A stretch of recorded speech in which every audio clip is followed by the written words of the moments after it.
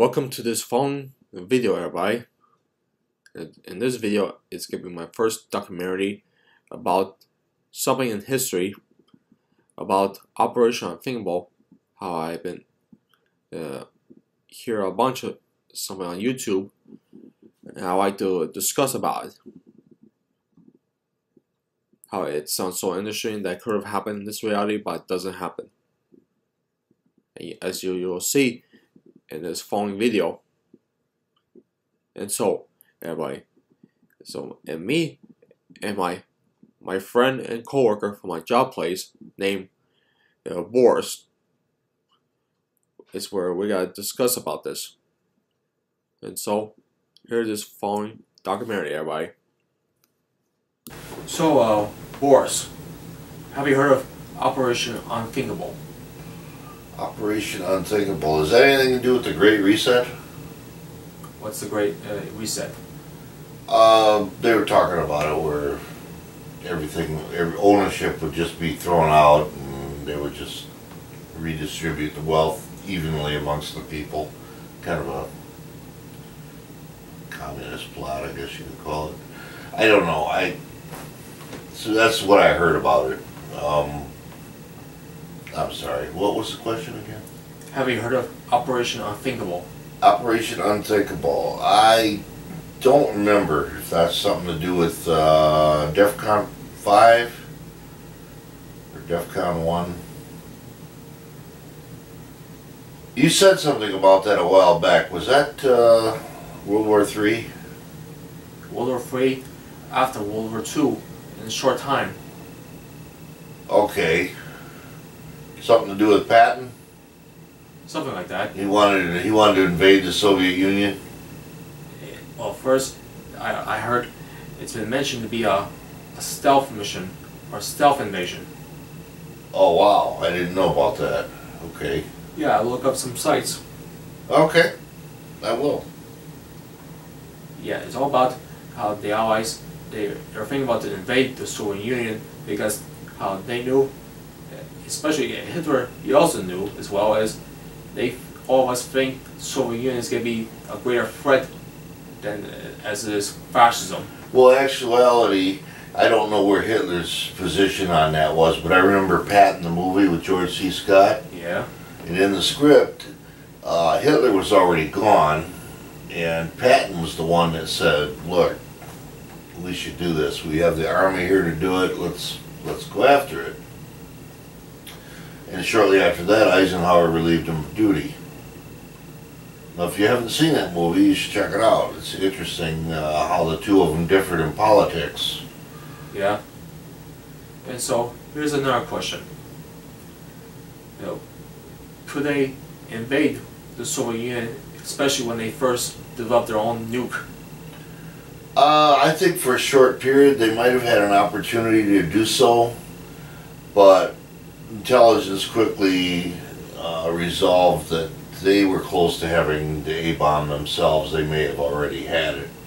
Well, how could they do it in such a small matter of time?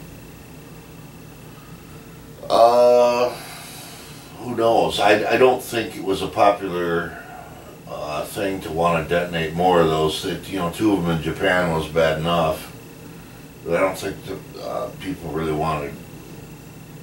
You know, this is supposed to be a representation government. I don't think that was real favorable amongst the Americans to, you know, keep this war going. If you're this close to stopping it, let's get our boys home, you know. Because we already won. We already defeated Germany at this point. Yes. Japan was the only one who was left.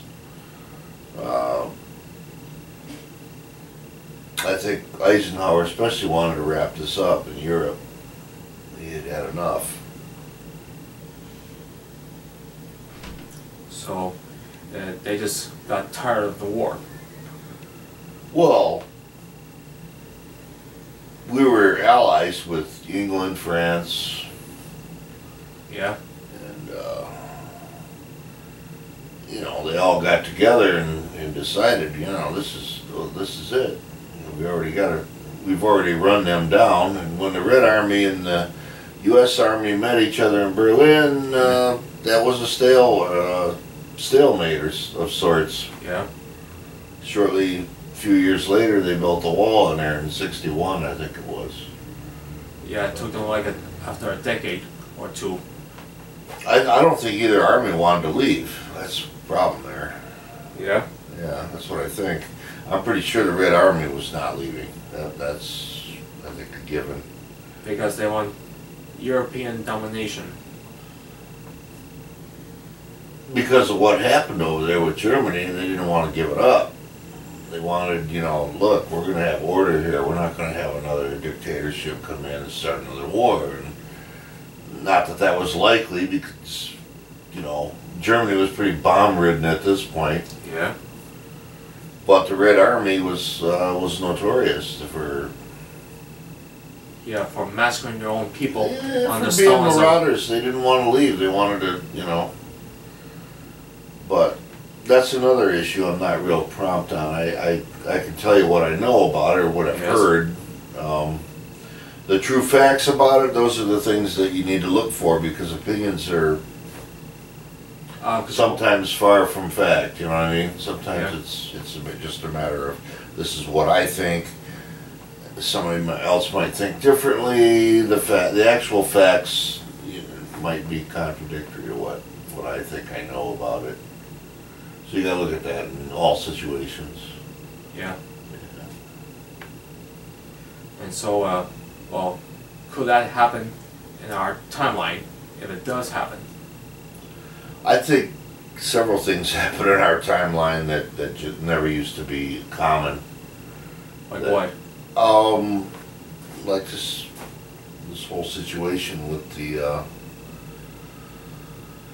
pandemic and how it's changed everything. There was, you know, they were talking about the Great Reset. It's already happened, in my opinion, because, well, yeah, you go out, like last night, I go out, all the restaurants are closed. The only ones that are open are the McDonald's and Burger King? No, even Burger King was closed. McDonald's and White Castle were the only two places open, and there's this big long line of cars trying to get in and get a burger and a fry, I guess. And the line's not moving at the McDonald's. I was in that line for 20 minutes, and I left. I just decided I'm not going to do this. I was going to get a burger and a fry last night. It's my birthday, you know, what the heck. So I'm waiting in line, and I'm watching, you know, I'm looking at the clock, and nothing's happening, and it's like a parking lot. So to me, so maybe I went way off subject of what you were talking about, but this is a situation that's changed. There was maybe a couple of bars open. Yeah. The only thing that was open was gas stations everywhere. They're selling their $3.39 a gallon gas to people, which is not a problem because I own an EV, but, and maybe I'm telling you too much here, but these are situations that just continue to repeat themselves. Why would they? In certain aspects. The gasoline part, they've been gouging us since the 70s on that. I could confer with that because I've been driving an automobile since the 70s. Yeah? Yeah, well, the 80s actually. I started driving in 78 or something, but I've been driving all the way from 1980 to present. What is that, 50 years? 40 years? I've been driving for 40 years, okay. Yeah. Gasoline, holidays roll around, they raise the price up. You get paid, they raise the price up. It's like they've been gouging us for years on it, and it's kind of a sore subject, but how does that pertain to the original question? You said there's a lot of changes happen. There's a lot of things that reoccur, but you were talking about this Operation Battle Plan. That plan there, yeah, I don't see how that could be realistic nowadays. Well, I don't think a World War III is survivable by any means. I don't think society could take it. No. No, I think it would. I heard you mention before about they could have already developed their own rockets. There's people out there doing it, man. Supposedly North Korea's got one now that'll. Oh yeah, like since when they developed their first nuke? I don't know if they've got nuclear capability, but they've got a rocket now that'll probably reach us. That's what they're saying. It's a missile or a rocket or something, but They got some. who knows what the actual facts are, Michael? I mean, who knows, really? But what would there be their benefit to firing a rocket at us? We could obliterate them with, one battleship or one aircraft carrier. Make that place look like the moon. Why would they do that to us? That'd be crazy. Yeah, nothing. I heard someone say how the Koreans, they heard stuff in history, how us Americans, we do lots of bombings in places, but to them, they have an idea by building their facilities within mountains, so they'll not be easy targets. Well, yeah, we have that too in this country, but Yeah. also there was other countries that have done the same exact thing. I understand there was fake buildings that from aerial view, which is two-dimensional, looked like, You mean ghost villages? yeah, right. Stuff that looked like, oh, that looks like a bunker or something down there with aircraft in it, and it might have been a swimming pool with a cover on it or something. You don't know. Even in World War II, how they did in Egypt, they have a fake canal, like next to the Suez Canal. Really? Yeah, they have the lights up at night, while the real one was off. Right. That's a real potential, especially if you don't have a lot of light on the ground. If you've ever driven after dark, M59 is a perfect example. It's dark. If you don't have landmarks and signs and things to tell you where you're at, it's kind of difficult. You can lose your direction if you don't have traffic lights either.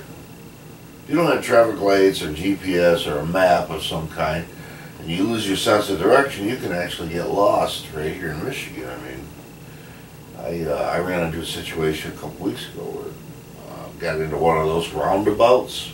Yeah. You ever work one of those before? There's no light. I did been to. There's a big circle, and then there's Yeah. a four-way there. Yeah. Well, if you know what direction you're going in, it's easy to figure out which way to go. But if you're not sure whether you're going east and west or north and south, you can get lost. You can lose your perspective, and you're like, this is in an automobile if Yeah. you don't have navigational capabilities. Anyhow, what's next? Well, I think this pretty much wraps up.